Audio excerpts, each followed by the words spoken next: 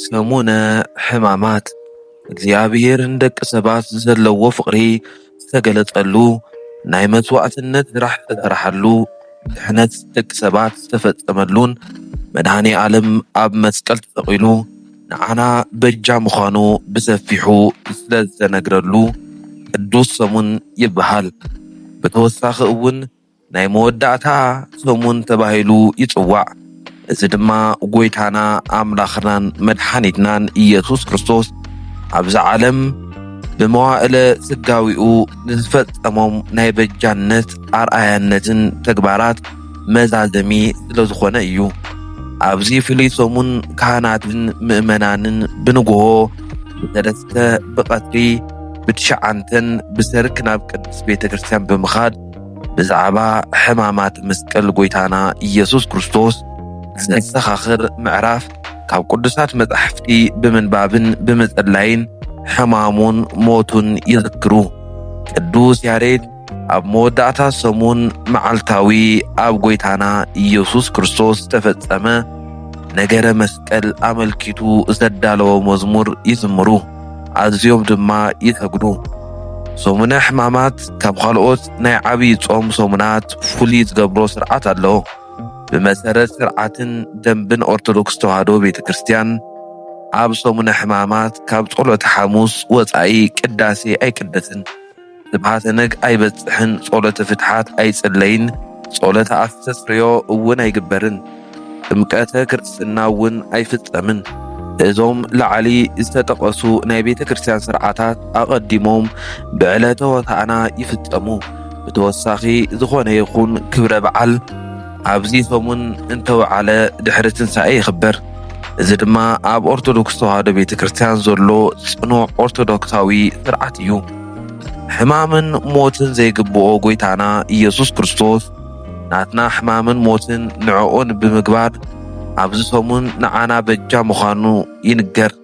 ደወይና ተቐበለ፣ ሕማምና እውን ተሸከመ፣ ብዓመፀኛታት እውን ተቖጥረ፣ ንሱ ግን ግፍዒ ኣይገበረን፣ ተንኰል እውን ኣብ ኣፉ ኣይተረኽበን ተባሂሉ ከም ዝተጽሓፈ ኢሳይያስ 53 ካብ ቁጥሪ 4 እስካብ 12። ምእመናን ክርስቶስ ተቐበሎ ናትና ሕማምን ምዃኑ ብምዝካር ካብ ዝኾነ ይኹን ናይ ትጋህ ስራሕ ብምዕቃብ ዋዛ ፈዛዛ ብዘይምዝራብ ሰሙነ ሕማማት ክነኽብር ይግባእ። ኣምላኽና እግዚአብሔር በደልና ብምድምሳስ ወረስቲ መንግስቱ ገይሩና እዩ እሞ ሰሙነ ሕማማት ክሳብ 4ይ ክፍለ ዘመን ካብ ዓብይ ጾም ተፈልዩ ንበይኑ ይኽበር ነበረ። ጸኒሑ ግን ብመሰረት ቀመረ ባህረ ሐሳብ ጾሙ ሕማማትና ትንሣኤኡ ተኸታቲሎም ንክኽበሩ ተገይሩ። ምዕራባውያን ካብ 4 ጾም ውሽጢ ነታ ናይ መወዳእታ ሰሙነ ሕማማት ይገብርዋ።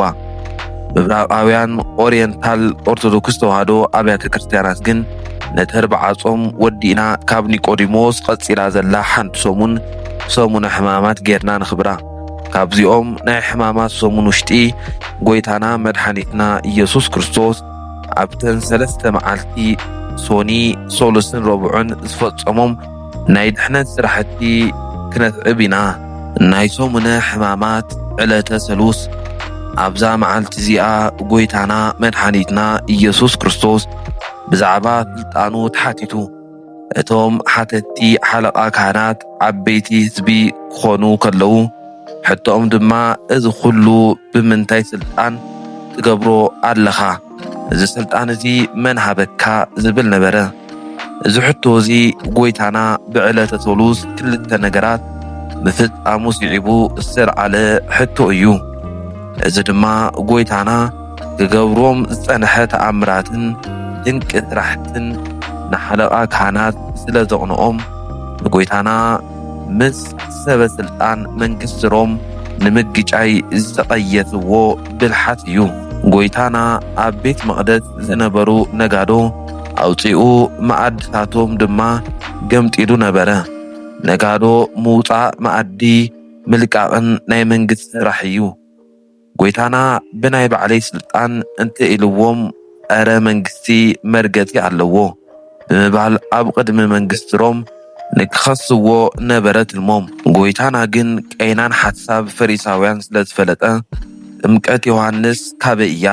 ካብ ሰማይ ዶ ወይስ ካብ ሰብ ኢሉ ሓተቶም። ጎይታና ንፈሪሳውያን ንዘቕረብሉ ሕቶ ቀጥታዊ መልሲ ኣይሃብን። ምክንያቱ እቲ ሕቶ ንዕላማ እቶም ከትስቲ ንምስኻት ምቹው ኩነታት ስለ ዝፈጥር ነቲ ሕቶ ብሕቶ መሊሱሎም። ንሳቶም ድማ ካብ ሰማይ እያ እንተኢሎም ለምንታይ ደኣ ዘይኣመንኹምሉ ከይብሎም ካብ ሰብ እያ እንተኢሎም ድማ ህዝቢ ንዮሃንስ ከም ኣቦ ይፈርሕዎ ከም መምህር ድማ የኽብርዎ ስለ ዝነበሩ ምስ ህዝቢ ከይበኣሱ ፈሪሖም ካበይ ምዃና ኣይንፈልጥን ኢሎም መለሱሉ። ንሳ ድማ ኣነ እውን እዚ ኩሉ ብምንታይ ስልጣን ከም ዝገብሮ ኣይነግረኩምን እየ በሎም። እዚ ሕቶ እዚ ብሕታቶም ድማ ንሱ ዝገብሮም ተኣምራት ኩሎም ብገዛእ ስልጣኑ ከም ዝገብሮምን ሲኢኖሞ ኣይነበረን። ልቦም ብኽፍኣት ብጥርጥርን ስለ ዝመልአ ነበረ እምበር ሎሚ እውን እንተኾነ ጽቡቕ ስራሕ ኣብ ዝሰራሕናሉ ግዜ ካብ ዝተፈላለዩ ወገናት ዝመፁ ፈተናታት ንጽቡቕ ስራሕና እንቅፋት ክኾኑ ከም ዝኽእሉ ክንርዳእ ይግባእ።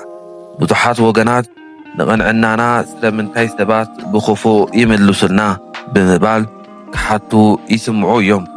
ንቑኑዕ ሓሳብና ካብ ዓለም ተጻራሪ ነገር ከም ዝጽበየና ንምርዳእ ዓለምሲ ነቲ ናታ ዝኾነ ነገር ኩሉ እያ እተፍቅር ዝብል ትምህርቲ ጎይታና ምዝካር ይድሊ። ኣብ ዘመንና ኣሕሊፎም ክህቡና ዝደልዩ ሰባት ፈታን ሕቶ ከም ዘቕርቡልና ካብ ሕጂ ክንርዳእ ይግባእ።